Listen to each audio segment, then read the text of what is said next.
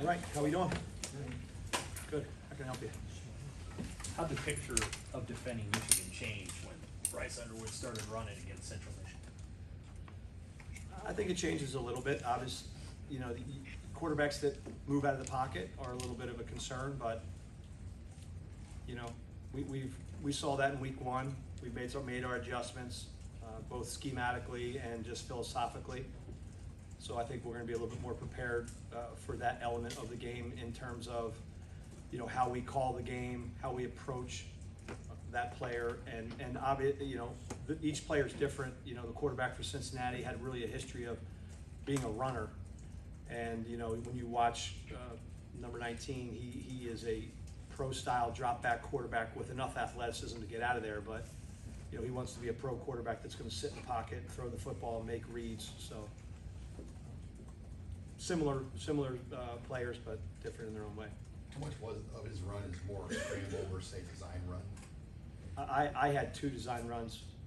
7 of them were undesigned. I could be wrong. I'm not in their offensive meetings, but it looked to me like 6 or 7 of those runs were him taking off after undisciplined pass rush lanes or a play breaking down, which that's just standard operating procedure. Most quarterbacks are going to scramble in those situations. He obviously had that quarterback counter where he scored a touchdown, and then I think he had a zone read where he pulled it and the defensive end tackled him. Other than that, it was, you know, him making some plays with his feet outside of the framework. What do you see from their guys on the outside? Your DBs have been so good at containing really anything down the field. How do Michigan's wideouts stack up with what you've seen so far this year? I think they have a nice collection of guys, whether it's number 1, number 0, number 4. Their tight ends, 17, 44, they all present some problems for us, both on the inside and the outside. You know, we're stepping into Big Ten play, no disrespect to the previous teams we've played, but the competition level is going to increase. We understand that. The challenges are going to increase, but our approach isn't going to change. We feel like we have a strength in the secondary, and ultimately, at the end of the game on Saturday, our ability to match up with those players is going to have some type of outlet, some type of impact on the outcome of the game. Is that secondary? I mean, it's statistically lights out.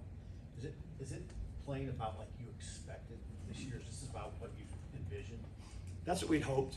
You know, when I got here last year, I know I was a secondary coach last year, but there were different systematically. There was a lot of how they were coached in the past was look at the quarterback, have their eyes in the backfield, see a lot, and that's how they approached it. And it took some time for me to adjust that. And then obviously, as I took over as coordinator, my background in coaching the secondary is to take a very collective and disciplined, eye-disciplined approach. When we're playing man coverage, we're looking at our man. When we're playing match coverage, we're looking at our match. Like, we're not looking at the quarterback. In order to defend the pass, you have to defend the receivers, and the quarterback comes second. So I think that those guys have embraced that. They've had more time on task. That just comes with time being around me, and Coach Addison's doing a good job of coaching it the way I want it coached. So, and then obviously the athlete of the players has continued to improve. I think we've got 3 really good corners, you know, that can match up, that have shown they can match up. We have safeties that can cover. We have linebackers that can cover too. I don't think that can be discounted. You know, the teams have tried to leak running backs out, tight ends out, whether it's Javen Wright or Vincent Shavers or whoever it's been. Like, our matchups have not just been on at corner. We've been doing a pretty good job of matching up with whoever they've been sending out there. So, and that's the key, is making sure it really comes down to eye discipline and execution within the coverage systems, and then having enough variety in your coverage systems to confuse the quarterback. When did you see your defensive backs start to pick up what you were asking? Was it in the spring or was it in training camp? I think it was probably a combination. It just, when I took over, one of the number 1 things when I talked to Matt is we're going to improve our eye discipline, and we're going to improve our just overall discipline in coverage. That's been the strength of my career. That's always what I've been able to do, and that's what I believe in. So over time, that just has happened, and you just demand that. You don't accept anything less. And you know, when guys have their eyes in the backfield when they're supposed to have their eyes on their man, that's when you give up explosive plays. When your eyes are in the backfield and they're supposed to be on your match, that's when you give up explosive plays. So it's just a constant hammering of making sure you know where your eyes are at the beginning of play, as the play continues, and then through the play, because there tends to be a tendency, like, you know, these gurus out there will tell you got to look for the ball, you got to get interceptions to get paid. Well, if your guy doesn't catch the ball, then you're gonna get paid. How much did, So- sorry, how You're much good. did, Addison's style, philosophical style with defense, and also Phil Snow, since they've both been coordinators, how much of that was on the same page or similar to what you brought into this program? And then how much did the two or three of you have to, you know, kind of mesh and get on the same page, similar to what you and Tony did last year? I would say that they have had a good impact on what we're doing. And, you know, Phil Snow obviously is a longtime coordinator that I use as a resource relative to more big picture things. How does this look? What do you think about that? Do you have any general concerns, self-scout oriented? But as far as what we're doing on defense, we're doing what we think is best as we move forward. And then Addison's just been a great addition in terms of, you know, he's been a perfect guy for me to work with. Our personalities are very different, but that is what I was looking for, more so somebody that could kind of bounce off of me as opposed to doing it exactly like I ask. And he's been good in that regard and been able to communicate the message to the room that I wanted to continue. So in that play against maybe like the USC game last year where they hit the big one, was that an example of guys watching the quarterback instead of watching their man? You talking about the deep over route on the crossing route? Maybe, but that's the past. What have you seen just from their running game and how they'll challenge you? And are they pretty similar to what they have been previous years when Harbaugh was there, or have they kind of changed up how they attack the run game? Yeah, they present a lot of problems in the run game formationally. The biggest thing is their back is legit. Number 22 is a good, strong runner that breaks tackles. He runs hard, runs physical. They present you with problems formationally, not only just how they formation the run game, whether they're putting extra bodies or big surfaces or all of their motions that are attached to the run game. And then the running back sees it so he can find his creases. If you look at their explosives through the year, I think already their running back, number 22, has 6 or 7 runs over 20 yards that have had huge impacts on the games. The Mexico game broke a couple runs that kind of broke the game open, had a 75-yard run against Oklahoma that really was the majority of their offense. So their run game and then their play actions and their bootlegs off the run game are their bread and butter. You know, that's a pro-style offense that's going to set you up with trying to force you to maximize your box count to defend the run so that they can take some shots over the top of you. And we've got to do a good job of defending that run game, playing with good eye discipline so nobody can get behind us and we don't give up any explosive plays in the run game, but also in the pass game because we're overcommitting to the run. I know the competition goes up, but have you seen the usefulness for this D-line the last couple of weeks, just in the day-to-day of getting better? Yeah, I think that, you know, when I stand up here and say that the heart and soul of your defense is your D-line, I believe that. And so we have to, it's great that we have the luxury of having the secondary players that we have that can hold up on the outside, but how this defense goes is going to be dictated by how well our front plays, both in terms of how they play and the impact that they have on the game. So part of that is you know, the effort, the physicality, the execution, but also as part of it is we've got to help them with how we're designing the movements, how we're designing the fronts, how we're attacking what we think the weaknesses of their offense are. We're not just going out there and saying, hey, this is what we do and we hope it works. We have a very pointed approach to the players we're attacking on their offense.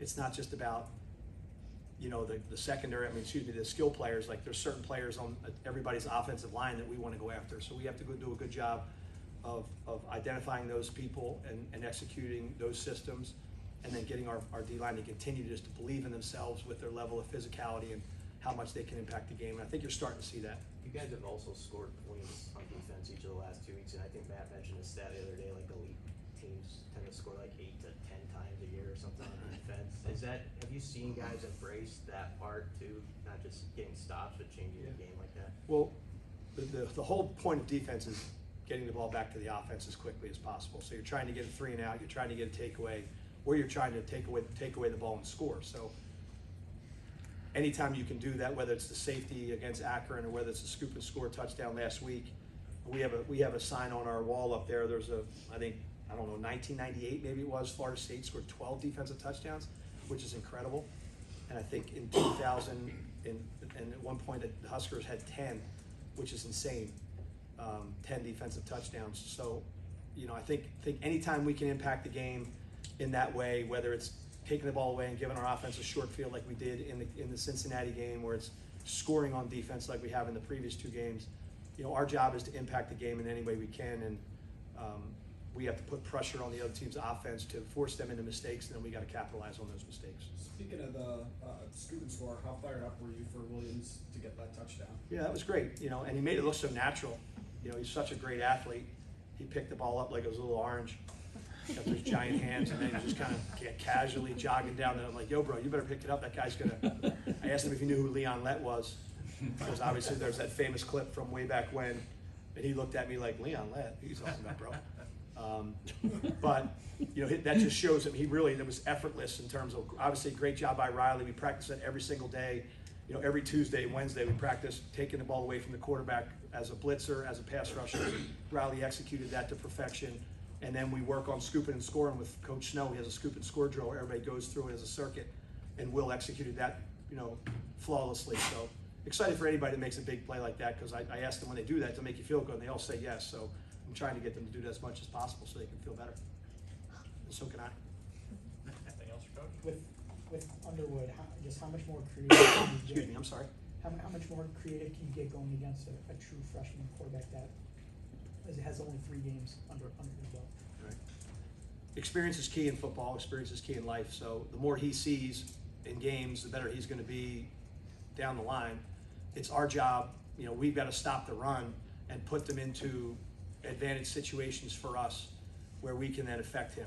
If they're in advantage situations, 1st and 10, 2nd and 5, 3rd and 3 the whole game, that's an easy game plan, an easier game plan for a quarterback to execute. But if we're stopping the run, putting him behind the chains, forcing him to play quarterback in a drop back system, then that'll allow us to maybe do some more things to affect him and put some pressure on their offense and put some pressure on him. But it all starts with stopping the run and establishing that early in the week and early in the ball game so that we can get a feel for how this game's going to be played.